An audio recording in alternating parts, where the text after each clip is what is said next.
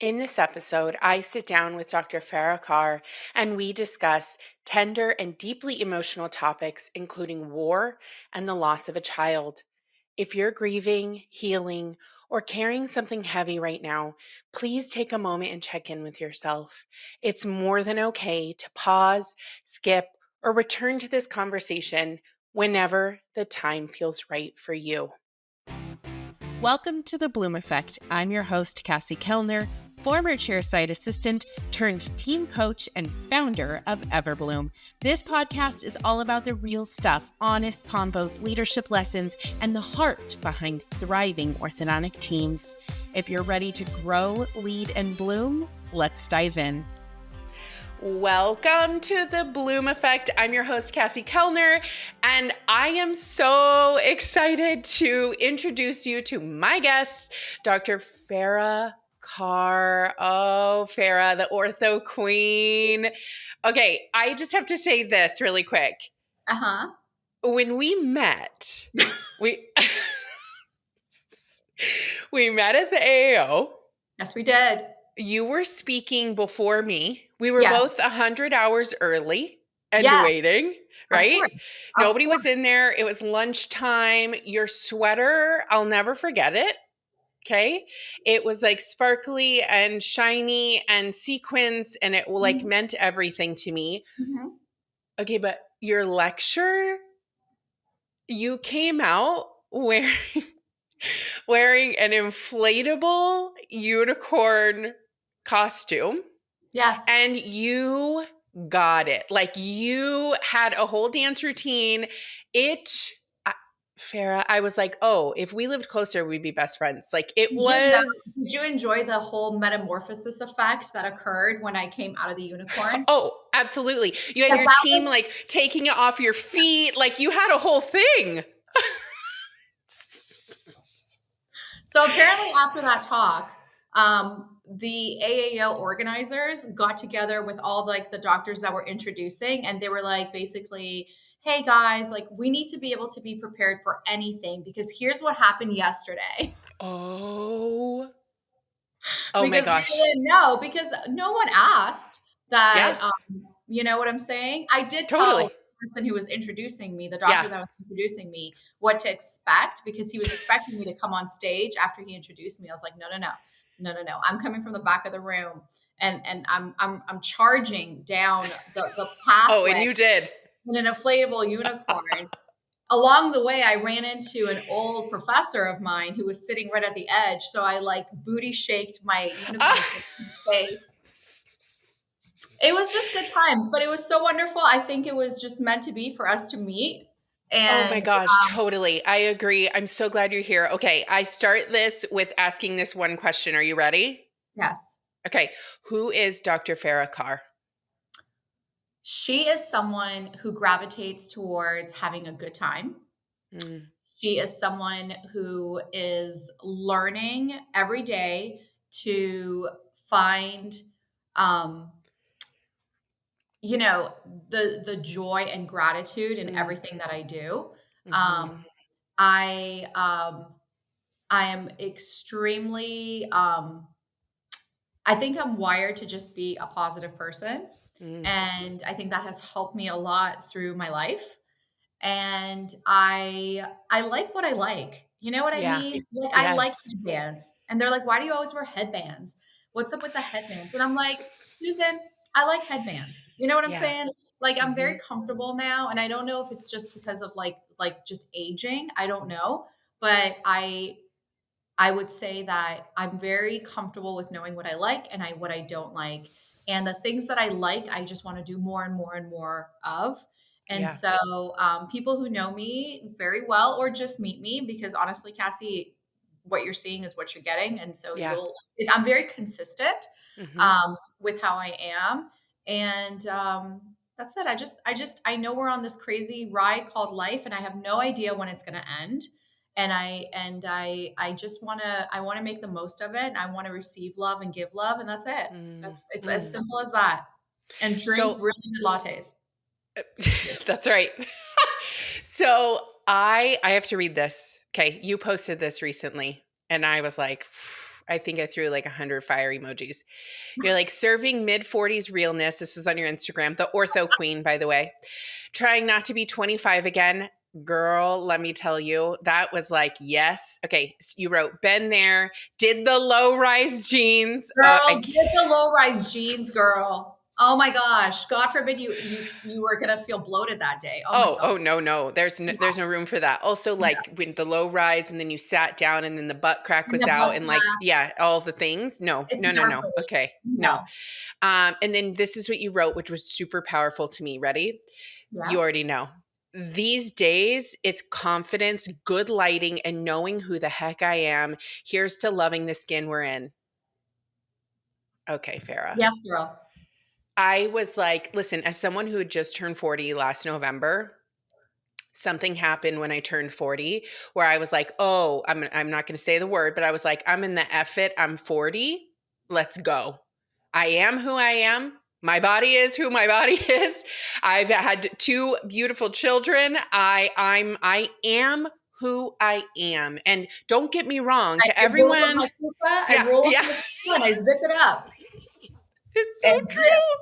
I am who I am. Yes, And like there's the 25-year-olds out there that are listening, like the imposter syndrome was real for me. Don't get me wrong. There's been like a tremendous amount of growth, but yes.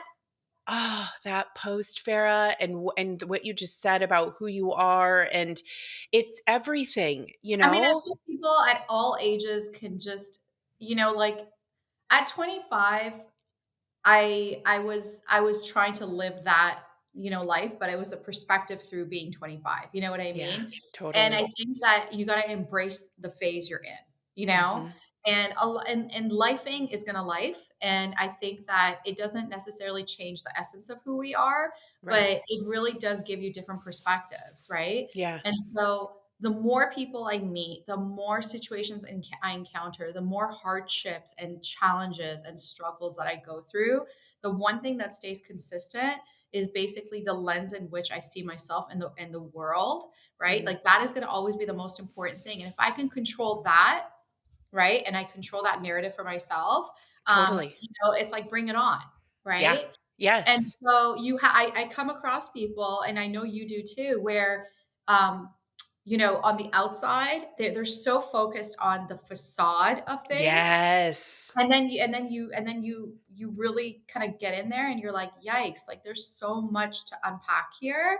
Um, and that just makes me sad because what's happening is you're on this journey, but you're not really living it, right? Hmm. You're kind of like living it for other people or what you Yeah. perceive Yes. other people expect. Yeah. And I think this comes back to, I think you and I talked about this when we first met, like the idea of authenticity, like being Yes. authentic to yourself. And that was a struggle for me, honestly, Hmm. Cassie, because when I went to dental school, I was a lot older. Hmm. I was the eldest in my class because it was a second Okay. career for me. And so I would look at everyone else that was so much younger than me and be like, whoa, like why like they were getting into orthodontic residency was very competitive at my Yeah. at my school. I mean, in most schools it is. And Right. so there's this, they call those kids the gunners. They're like, ooh, like, they're like, ooh, like so focused on being top of the class. It feels kind of cutthroat. And I was like, this is not for me. Like, I was not even considering orthodontic residency until I met a Really? teacher. Oh, no, not at all. Cause I was like, I'm already older. I'm not going to finish dental school until my early 30s. Like, you know what I mean? Like, I'm good. Yeah. Like, I've been in school, I feel like forever. I was working, then Yeah. I went back to school. And so, what changed my perspective was meeting a faculty member, Dr. Day Felipe, who, shout out to Dr. Day, who is Mhm. amazing. And she was so different than what I had. I had this idea of Yep. what an orthodontic resident was going to be. And I felt like I didn't fit into that mold. And even once I went through residency and I realized, no, there's so much variety and there's room for me here. But even when I would go to these big conferences, a lot of times I felt like I was kind of like out there. Like I'm the one showing up with wearing like bold colors and like doing other Sure. things, little things, but it just made me feel, and I realized it's me. it's not other people. They're not making me feel like I don't belong. I have this narrative, this false narrative in my head of what I thought an Yeah. orthodontist should be, right? Yes. And then I was beating myself up about not fitting that. And then Yeah. also I would try to fit it and then I felt like crap because I felt like I was being disingenuous. Then I would be really genuine and then I felt kind of insecure because I was like, can people handle me? And Yeah. then I got to a point where I was like, you know what? I started practicing. I started being around my patients and then in my own little world, right? Where I Yeah. wasn't worried about anything. Yeah, it's You yours. it's mine, right? So I started creating that vibe that really represents, me and my team and just the culture we were creating, and I realized that my patients love it Mm, and they appreciate it, mhm. and that's what it was weird, but that's kind of what made me finally, you would think it would come sooner, but realize that it's okay. I am Yeah, different from a lot of people. There's this, you can't brush everyone with this one broad brush, which is so dangerous to do anyways. right. And there's room for me here. I come from a Yeah. different background. I'm an art major. I studied art and architecture. So like I just see through things through a different lens. So like even in the offices that I would design, I realized like a lot of people were doing kind of like modern, very like monotone, which is beautiful, but it Yeah. just wasn't my vibe. And here I Yep. am doing like colorful murals and like bought myself like a bubble pink couch for my reception area, like things like that. You know what I mean? Totally. Yes. I can relate to this on obviously a different level, just being from team member to consultant, you know, 10 years ago. I remember my very first AAO being in a booth with the consulting company that I was with. I have a very small dove tattoo on my foot, and it's for my grandmother. She was really important to me. She's Oh, passed. And I would go to Sephora and get like Kat Von D makeup, and I would cover it because I was like, "Oh, people aren't going to want to work with me if they see that I'm not this cookie cutter." And you couldn't even see this thing. I was wearing flats, like you wouldn't even know. And I did that actually for a few years, oh, wherever I would go, because I was like, "Oh, I think they want this certain individual, and I from can't." you. Yes, Cassie, yes, well, the first job I took as an orthodontist, they would not allow assistants. They had to cover their tattoos. yeah, So if they had like a tattoo, they had to wear like long sleeve. And then when yep. I had more authority, I was like, "Oh hells no! I'm all about. Listen, I'm working on my sleeve. I got a little heart, Oh, that's so cute. which is very meaningful, and we'll get to that later. But I was like, no, no, no, no, no. You represent the community. Yeah, And being, I guess, coming from the art background, I was like, this is beautiful. yeah, This is yeah. beautiful. I want, like, I have assistants that had like straight up all Oh, arm, the yep. piercings, the hair color. Yeah, And then I have yeah. others that are just like, and that's Yep, okay too. yeah. But you're absolutely right. We put ourselves into a box. Oh, Sometimes the box is there, but I think it's so important to recognize, like, it's fine. yeah. And then one year I was like, "What the hell am I doing? Like, this is me, and this tattoo is meaningful to me, and, like, it's not like some teardrop on my face. Like, calm down, Cassie." I felt like I needed to fit in this mold. Are you seeing mine come through? I thought I covered it. Right? And so I have had probably in the last 5 years, like, these aha moments of like, mm-mm, I Yeah. am who I am, and I really like me. And there Yeah. are things about me that I'm still like, girl, you need to handle Yeah. that, because Yeah. I'm human. But I loved I think that when we met at the AO, that was like immediate for us. Like the Yeah. connection was just like, Mhm. oh, and we got into such like authentic conversations within like 15 minutes. And I was like, oh, it was just so refreshing for me. I've been in this industry for 21 years, and to see that and to not see the cookie cutter. And by the way, to see that even more in the industry outside of you and I is the Yeah, most beautiful thing. The people that I've come across that are like, "Yeah, I am who I am." I mean, I can think of so many people right now where I'm like, "Yes." yeah. So Well, if now any people are also realizing, like, they have people like you to also guide them and help them, which I think is so important, and I wish more people would really tap into that because they've tried to find the answers themselves sometimes, and I feel like it's so I really value having consulting and having someone come and give me a perspective that I may not think I have or Yeah, maybe add to what I already have. right. But that was the whole talk. That was the whole point of my talk was Oh, that if you are your authentic self, it's actually smart from a mhm. business perspective too.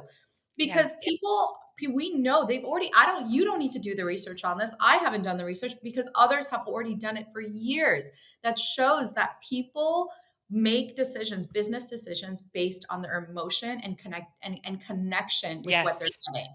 And in Yes. orthodontics, it's not your logo, it's not your brand. Of course, those things add to the narrative, but they're connecting to Mhm. you and your team, right? And so how amazing is it if you get to just bring out the best in you every day and let that be what everyone sees, right? Totally. Yeah. That and so okay, something that is really first of all, I didn't know that you started ortho later in life, so that is Mhm. really powerful, but also you have over 25,000 followers on Instagram, your handle at Ortho Queen, and it's so good, I cannot but people often perceive this as, like, this overnight success, like, you were never in the trenches, like, it just came so easy to you to go like, "Boop, here I am," and, you know Unless you're, like, in, like, the spotlight, like, whether it's, like, you're an actress or musician or someone, I feel like to grow your social media so, like, what I did for me, I used to have, like, a professional account, and then I had a personal account, and then Mm, what I found was that it was really hard for me to do to manage both, but I both. was always told from the get-go, I was like, "Never, Mhm. have your personal account be public to your patients." Like that was just always drilled into my head. Yeah, And I can understand why, because like you don't want to be, if you're, let's say you post something that could be very polarizing, you don't want to make any one of your patients feel like alienated, right? sure. But I was like, no, there's certain things that happened in my life that I was like, I can't. First of all, I don't have the time. I love social media. I get really creative. Like it's my opportunity to like post songs and I have so much fun. And I was talking to Dr. Jackie Sheik about this too, who's awesome. And I'm sure a lot of people know who she is. She's a speaker. And she's like, I love sitting there and picking music over like some video clip. Like it's our way of being creative, right? So Totally. for me, it doesn't feel like a chore, but I didn't like this idea of having two separate like accounts for Yeah. me. So I did them together. And then so when you go on my account, you're gonna see pictures of my kids. Like Noah, literally, Arya, my eldest put blue eyeshadow on my 3-year-old. Because today the girls, I have three kids. One just turned 6. The other one is turning 7 in like 3 weeks. They're 11 months apart. And then Oh Noah just turned oh my goodness. That's a the whole journey other story. the journey. And so the girls are supposed to be barn animals. And of course, me being extra, one's like a peacock and the other one's a flamingo. And I'm like, Oh, girls, y'all look great. yes. Who wants glitter? And so I glittered them. And then next thing I know, Noah's getting blue eyeshadows. But here's the Oh, thing, like so good. I don't care. I'm not a private person. Yeah, I respect people that are very private and they're like, we don't want to share that. And I yeah, get that, but it's just not the way I'm wired. And right. so I was very comfortable letting patients know. And at the time, I wasn't giving all my patients my cell phone number. Now I do. And Yeah, I tell them to text me if they need anything. I want to be accessible to them. And honestly, like 99.9% are very respectful. They will yeah, only message me if they really like need to. And I'm happy that they do because it's usually a quick fix. sure. But I also encourage them to follow my Instagram because in many ways, that's how they communicate with me. That's how Yeah, we stay in touch. Dr. Carr, I lost my retainer. I'm like, all right, girl, call the clinic on Monday. Come in, we got you. yeah, So it's just, it was very slow, and we were very intentional. Like I was like, hey, like when we had a new patient come to start, we'd be like, if the clinic had an Instagram, we were like, follow the clinic, and then here's Dr. Carr's Instagram. And Mm.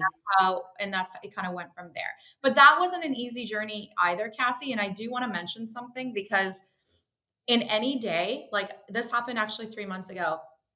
Suddenly, my Instagram followers, like in a matter of a couple of days, went up to like 30,000 and then dropped down to like 23,000 and then went back to 25. So, Oh, oh, interesting. yep. So I did some research. So a couple years ago, this was probably pre-COVID.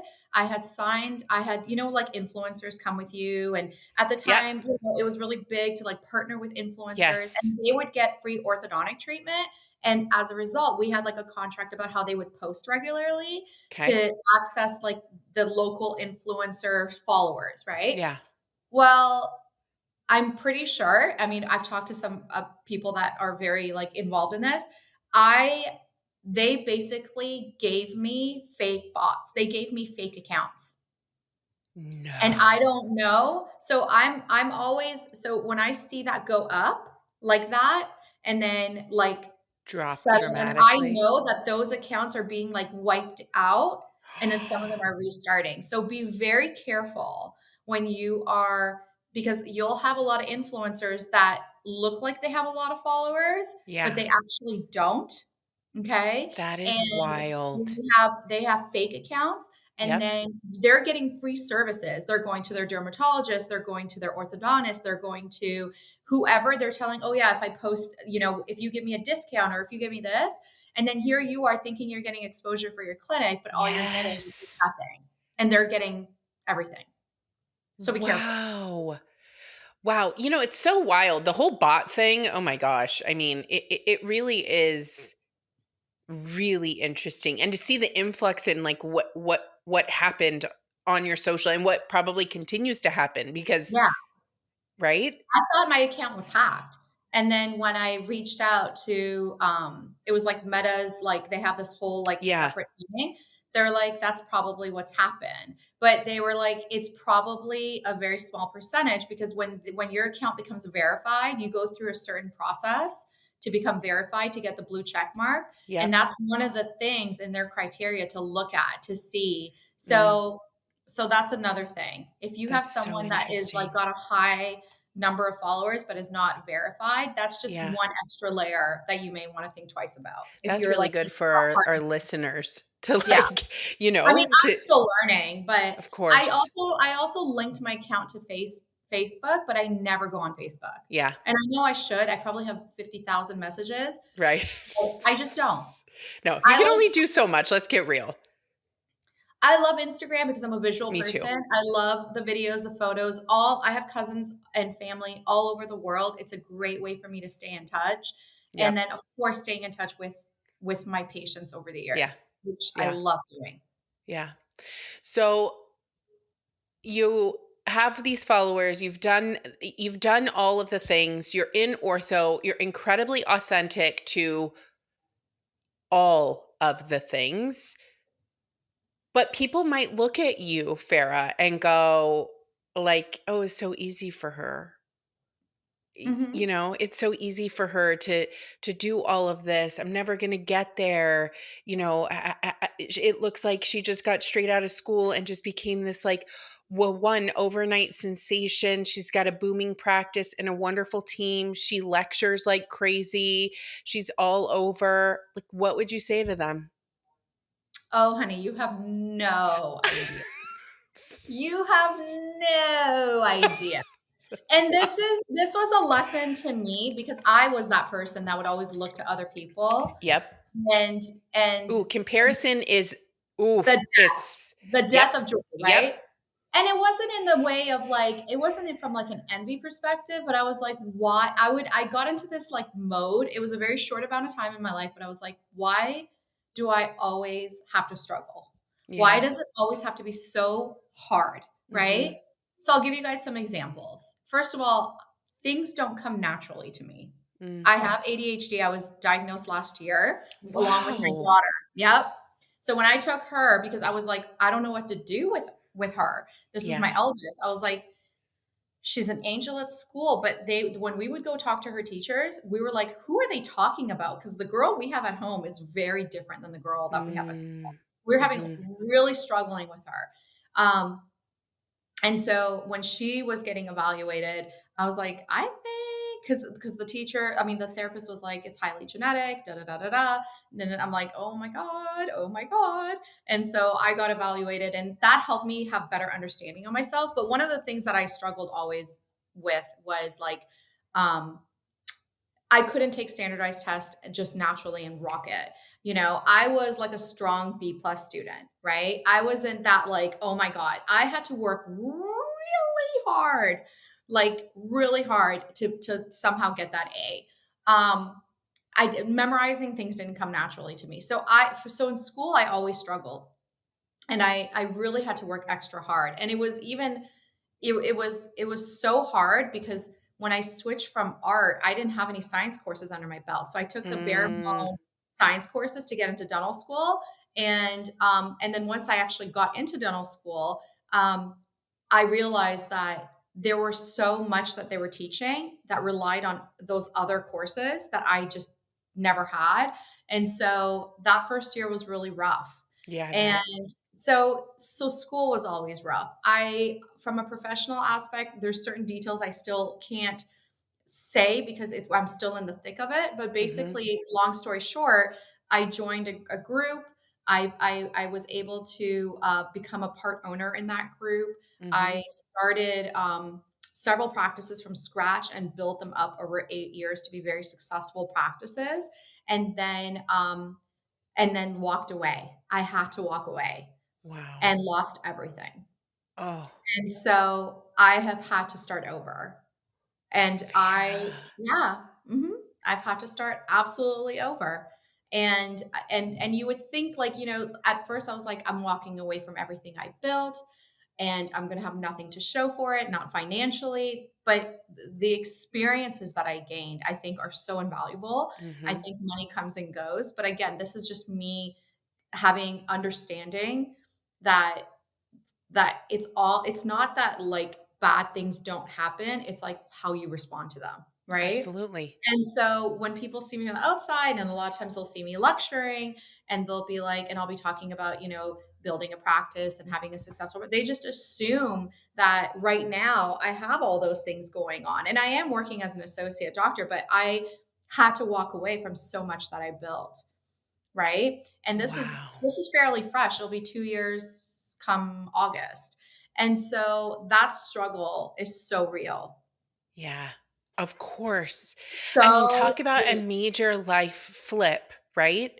Yeah. And you hit a point too where you're like, what did I just do? What am I doing now? Like that's like Mhm. a pivotal moment in anyone's It is. life. It is. It is. And it's like on one hand, you're walking away from everything you built. And as a result, you're in my situation, what I had built was gone. Meaning financially, I wasn't coming out with anything, but also I'm also fighting in litigation for Ugh. free. So what I Oh. so then what I am like making, instead of it going towards my future or my family, it's going to pay for lawyers. And Wow. so that's just my reality. You Yeah. know what I mean? And don't get me wrong, Cassie, I have days. I would say probably Oh a God, of solid course. once every like 2 weeks, depending on what song comes on, if I'm in the car, I'll shed a tear. Totally. A tear where Yes. and it's not like a boo-hoo tear, it's more like a, "I'm tired. I'm Yeah. emotionally tired from this Yep. tear," right? And then I just wipe it off and I'm like, "You gotta keep it going." Yeah. Like, there is no other choice. Yeah. You are going to keep it going, so why add insult to injury? Why be miserable during Mhm. this time? This is Mhm. something you're just gonna have to endure. So I'd rather Yeah. endure it with a positive attitude. Yeah.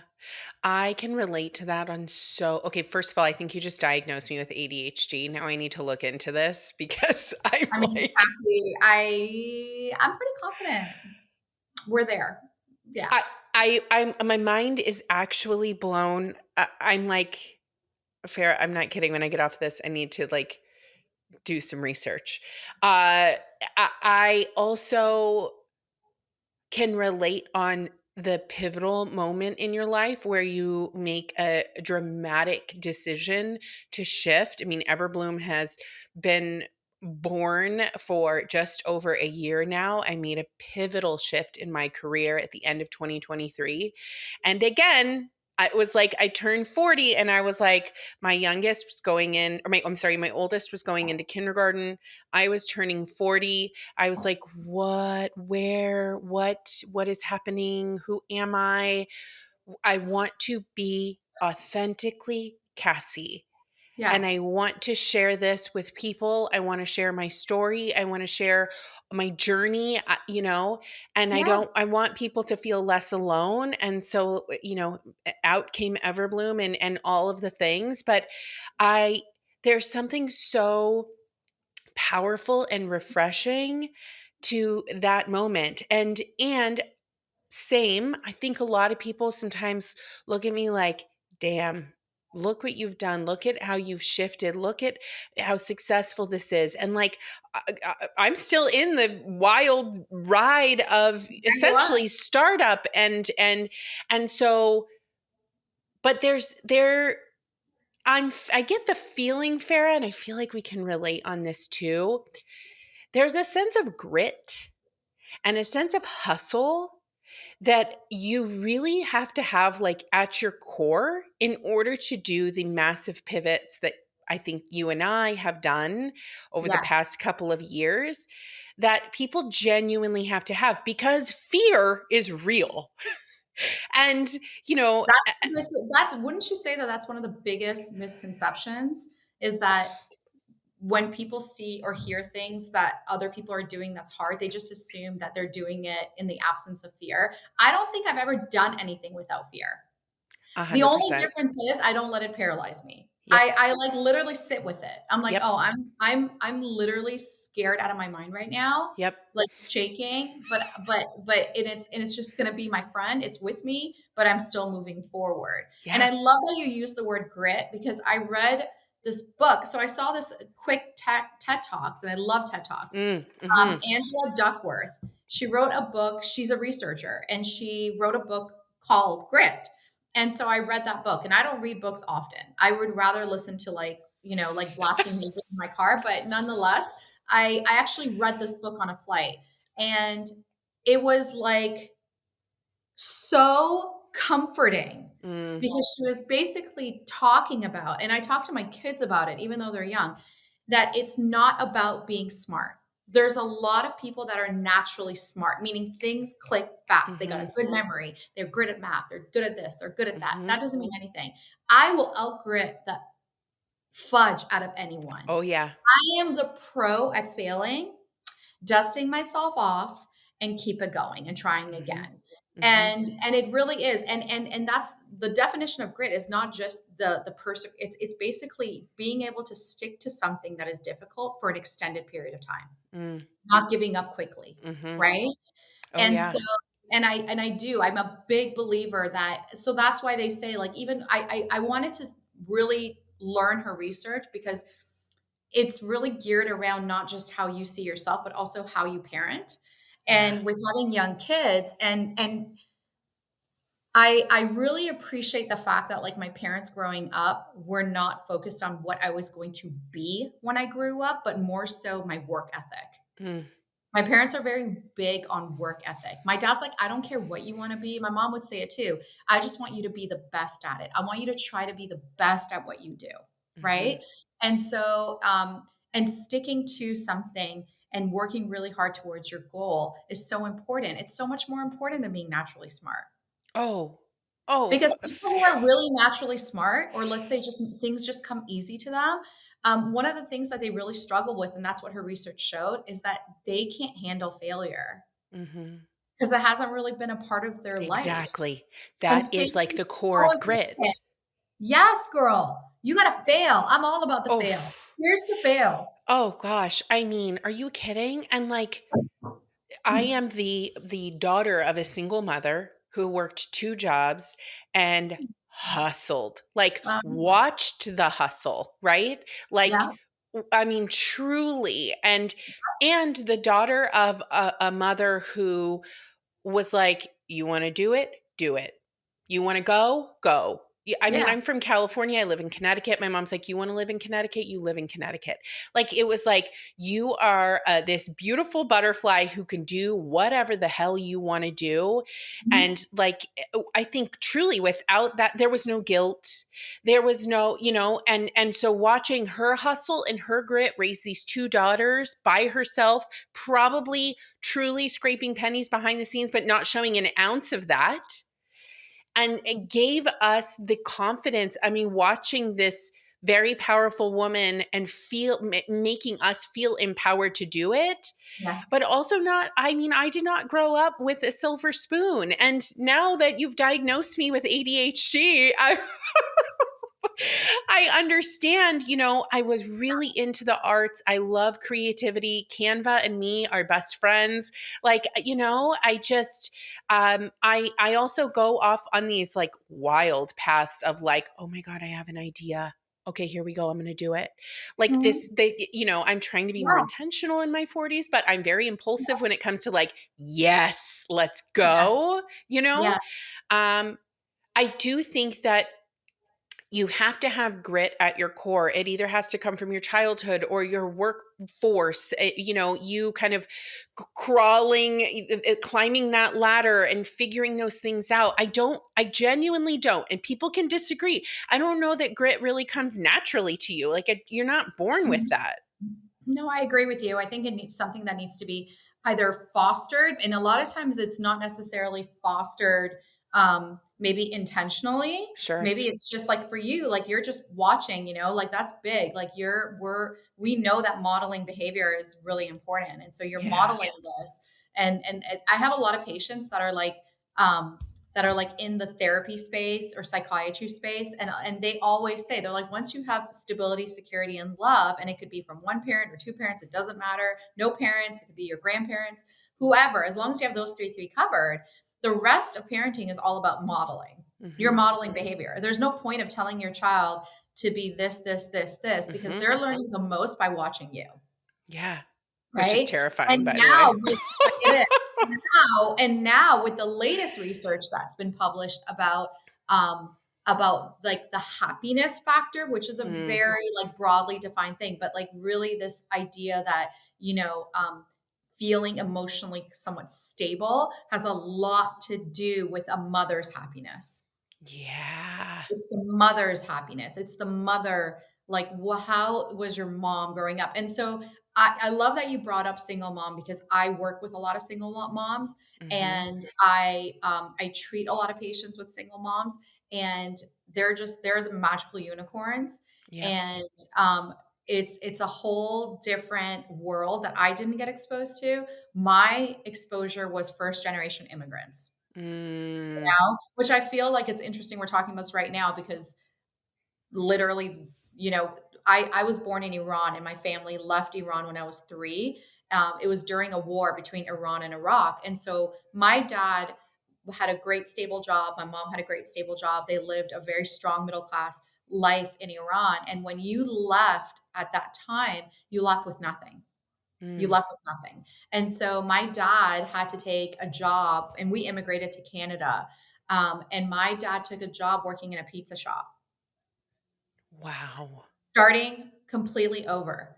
And like he couldn't speak the language, so he was just like cleaning, right? And working Yeah. his way up. And he learned English working there. And same with my mom, like the sacrifices they left everybody they knew. At the time we didn't have any family here.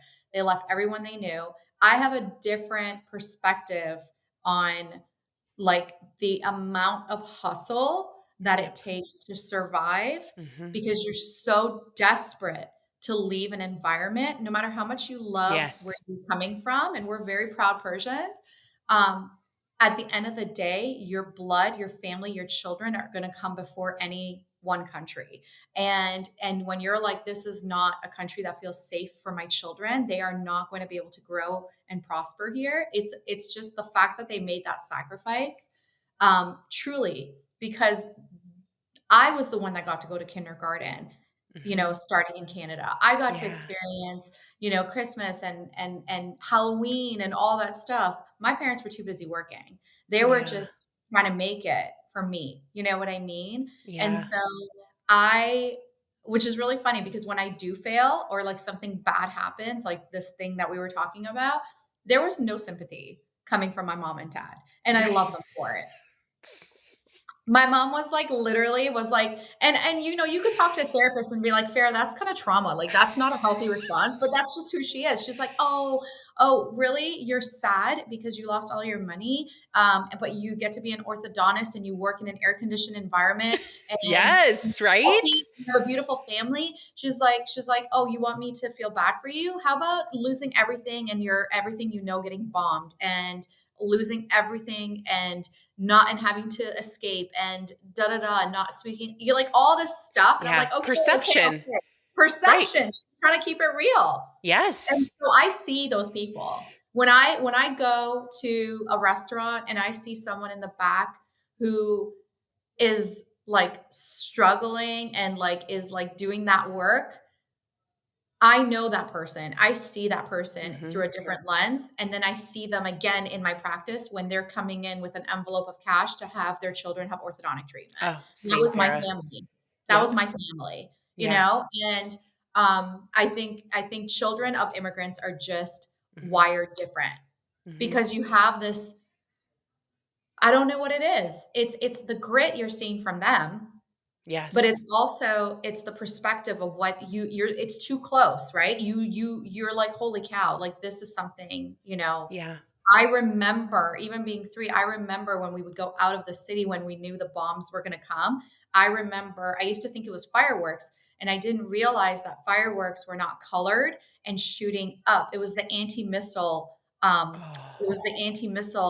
going up and trying to get the bombs so that they wouldn't hit the city, and they were orange going up. And I remember like everyone around me crying, but I remember thinking like, "Oh my god, this is so colorful. Like, are these fireworks?" Like I was only 3, but I have yeah. that memory and only because Wow. it was something colorful um paired with trauma. The women and the Yeah. men in my family holding each other crying, watching it Sure. happen. So, like, to this day, like, I don't think my mom and them enjoy fireworks or Yeah. any, like, That would loud make sounds or sense. you know what I'm saying? Of But it's just course. perspective, and we all have it in our own way. You don't have to have dealt with, like, major like, that's, like, major stuff, I feel like, for what my parents endured, Yeah. but a lot of it is also just exposure, Yeah.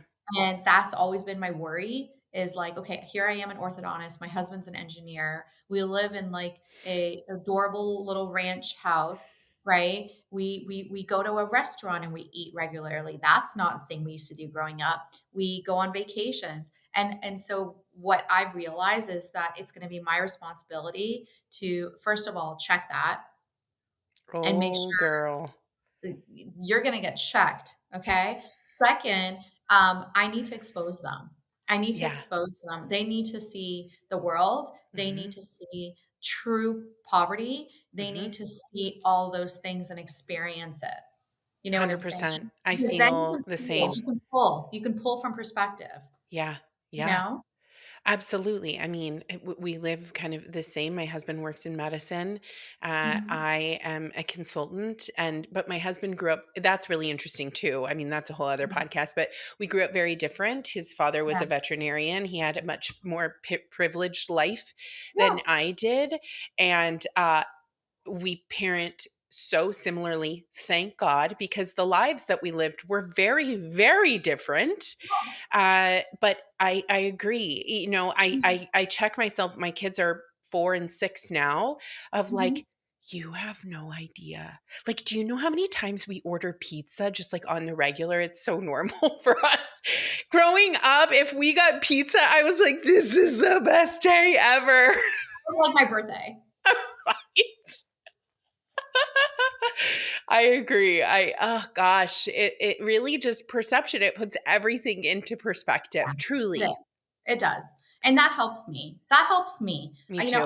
think back to all the hard things in my life, like, truly, and if I just for a moment, I, like, pull from that, and I'm like, "I'm so grateful that I'm not there anymore." I can be sitting in my car driving, and I'm just like I'll have this, like, feeling that comes over me that's like, oh my God, like, thank God. Like, I'm so Yeah. grateful. I'm so grateful I'm here. I'm so Yep. grateful I made it through that. I'm so grateful for this. And it was funny because I went to the University of Minnesota and I think at like a third year at dental school. And they invite guests to come to the university, like honored guests, and the Dalai Lama came as an honored Oh guest. my And I was like, goodness. oh, that's cool. I would love to listen to that. I couldn't make it because I was like studying, but I came at the very end when someone they were taking questions and someone said, "What is the secret to happiness?" Which happiness is Mm, a fleeting thing. It's a thing that comes and goes. And he said, it's not about happiness, but he said the secret sauce to life in general is this of being able to feel gratitude. It's feeling grateful because it's really just comes back to, the glass half full, half empty type thing. No totally. matter how bad things are, it is important to just check, take a step back and just be like, wow, like I am grateful. I have this, I have this, I have this. Yeah. It's not as you're not focusing on what you don't have. Right. And the want, right? Like, what's the Yes. next thing? What are we doing? Right. Oh, Right. And honestly, it's so funny because you're absolutely right. Before we started our thing, I was telling you about this like dress that I'm obsessed with because I love all things right. floral. Yes. Posted it on my Instagram and people were like, "Oh my God, I love this. Where'd you get the shoes? And where'd you get things?" And there's this perception, okay, she's an orthodontist. She's probably like, always buying like expensive stuff. And I'm like, no, those shoes were like $12 off Shan. Okay. I honestly, Like my designer is like Zara. right. Zara. Okay? And I'm okay Oh, with that because again, totally. I don't buy based off of I'm not buying based off the price tag. I mean, I'm Price. just Yeah. not wired that way. I buy off of what I actually like. Right. And coming back to, again, being in our 40s, but I think this really started for me even in my early 30s, is I realized very quickly that certain things really spark joy in me. And Mm, so one thing is traveling. I love seeing different parts of the world. I wanna yeah. see so much of this planet. So that's where I would wanna put my money, Yep. to be able to, like, save and do that. Having, like, a latte at a really nice coffee shop, that sparks joy for me. You know what Yeah. I mean? Um, just experiences, you know? I do love a Yeah. good spa, like, stuff like Right. that, you know? Yeah. Oh, So, like, that's what I do. yeah. Yeah. Yeah, Absolutely. I totally agree with you, Farah. Oh, and do the all spark the things that joy. spark joy, and I know Yeah. it's like that girl that was talking about her closet and, like Yeah. Marie Kondo. yes, and I'm like, "Why not apply that to everything?" Oh, So 100%. I don't agree I don't sign up for things that don't spark joy, Yeah. and I will make time for you if it sparks joy. Yeah. And it just makes things so simple, and I don't feel guilty. I'm asked to do things all the time, and I'm like, "No." And I don't need a reason. I'm Yeah. like, "No, I really can't. I'm Yeah. sorry." Because no is a complete sentence. It really is. It really is. Because my Farah. time is so valuable, and Yeah. so is yours. Absolutely. Yeah. Before we go, what is one either surprise or lesson that has happened in life? It could be your career, it could be in parenthood, it could be your ADHD, it could be, that you want to share with our listeners. A surprise? You mean like a lesson learned or like a true surprise shock? Either one. I mean, the one surprise and shock in my life that I struggle with every day is losing my daughter Ella, who I have really serious endometriosis, and so I was Mm, always told getting pregnant was going to be a challenge, but eventually mhm. I was told I can never have children. And so after 10 years of trying, we couldn't have children. And then I spontaneously got pregnant with twins, and Ella was fraternal twins. Ella was on the left side and Aria was on the right. And at 34 weeks at a routine ultrasound, I was told that Ella doesn't have a heartbeat anymore. So they think she Oh, might have had a cord accident. That was by far the most shocking thing that I still relive that moment of during that ultrasound of being told, and then the emotion that came after was just sheer fear of, am yeah. I gonna lose Arya too? Yes. So Yes. Arya's about to be 7, and I so that was the shock. The surprise is what happens to me physically. and emotionally as her birthday approaches, and her birthday is Sure. July 9th, and so the entire week before, and this I thought it was just like the first year and the second year, but it's been happening, and I tried to like be like I don't know, I'm not that different about it, but it just happens. I get extremely emotional Mhm. leading up, and then right before the birthday hits, I'm just taken over with joy to Yeah. celebrate Arya's life. Yes. But I feel like my body and my brain and my everything about me needs to mourn Ella, and I think about her every day, but I go into this, like, really deep mourning phase. And you were talking about your tattoo with Yeah. your grandma, so that's why, this tattoo is over Ah. here, because I used to always I always practiced orthodontics during each of my pregnancies to the last minute. And so when she would kick me on the left side, I would just rub on this side. She was the thriving twin. She was the one that we were never worried about. We were actually more worried about Aria because she was like a little nugget. Wow. She was Yeah. born under 4 pounds. Ella, we were never worried about because she was like taking up most of the room and like the thriving one. So that was the shock for me. And then also understanding through that and the grief that people don't know how to handle, Oh. not necessarily don't know how to handle, but people will not tell you or say things to you that are even remotely appropriate, but to not take it to heart because they themselves don't Mm. know how to deal with something that you don't know how to deal with either. Yeah. So I would hear comments like, "Well, at least you got Mm. Aria, you got to keep her," or, "Oh, now you're pregnant with Emma because she was a shock pregnancy right after." And they're like, "Oh, she's here to replace Ella." And I was like, "But you didn't hold Ella. You weren't there. You didn't hold her. Yeah. So you don't Yeah. know that she was my baby." Yep. And and and and so I had a different perspective and understanding of that because I have had patients, moms go through that, and I would just be like, sad for them, but I just didn't pause. Really, I pause differently about it now. You Sure. know what I Of mean? course. And so Yeah. that was my shock. That was my shock, and that's been my surprise is that like trauma and grief is just so interesting and Yeah. everyone processes it differently. And I've Mhm. gotten better at not resisting how I need to deal with it and Yeah. not feeling bad about it. Like I used to feel like it was a weakness or a shame and like I Yeah. felt almost guilty, like, "Why am I doing this? I'm so grateful, like, I have Aria. I should be just spending this whole time celebrating her." And then I realized that's not fair to me. No, you're That's not still fair. allowed to mourn. I need to feel what I need to feel, Yes. and I let it feel. I'll sit in my car and I'll ugly cry. I'll put Yep. jam REM and I'll let it rip, and I'm comfortable with it. Yeah. Oh my gosh, that's so powerful. I also think in any industry, but in orthodontics, it's predominantly women and people really this is real. Oh, it's Whether they're on the team or they're the orthodontist or, and how to handle these things and that they're allowed to feel and they're allowed to grieve and mourn.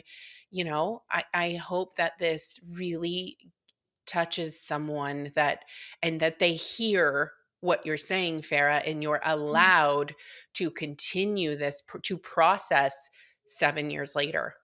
Oh yeah, absolutely. And I think as more women come into the field of like being an orthodontist, I think it will also change that dynamic. That's my hope because I think that a lot of Agree. women that I know have had to suppress a lot of things because they're Yep. working with a male provider, and the male provider is like you need to check that at the door, and that's just Mhm. not a thing. No. My patients didn't know that I lost Ella when I came back to work. We were just all so I was just completely and I was worried Yep. about Aria surviving, so we didn't even send out an email to let people know, and when people were coming in, they all knew I was pregnant with twins. They were expecting Oh. twins. They knew I had had baby. They Yep. didn't know. So my front office was imagine telling 60 different families a day. And so it was like crying in my waiting room. Then it Yep. was crying with me. Then it was, and so that was also one of the reasons that I decided to not have a private public account because I realized that Mm. um, I'm a part of their life and they're a part of my life. And I had no idea how connected they felt to me until I saw how devastated they felt for me, and that was also very eye-opening. Yeah, of course. Yeah. Farah, Thank you so much for sharing that, Of for course. sharing your entire story, for sitting with me for almost an hour I and know. Oh my I gosh. know, I could keep going, and for sharing this with the world and whoever will listen to this because it's so powerful and it just really kind of circles back to authenticity Yeah, and not being afraid to be yourself absolutely. and as your lecture was be that unicorn and and you really are. I there was like this immediate connection with you where I was like, oh my gosh, we've got to do something together in some Will be soon. capacity because it Well, was I so appreciate you, refreshing. Cassie. I love what you're doing. Keep Thank doing it, you. girl. Yes, Thank you. absolutely. I'm Thank so you. excited. Thank you. You're Thank doing you awesome so work. much for being here. I appreciate Of it. course. Thank you, guys. All right. We'll see you soon. Thank you for joining me on The Bloom Effect, where we keep it real, keep it growing, and always keep it team first. If today's episode sparked something for you, an idea, a shift, or just a reminder that you're not alone, take a second and share it with your team or a fellow Ortho leader. Be sure to subscribe so you never miss a convo. And if you're loving the show, leave a review. It helps more practices find us and join the movement. And if you're ready to bring this kind of energy into your practice, visit discovereverbloom.com to learn more about working together. Until next time, keep leading with heart, keep building with intention, and keep blooming right where you're planted.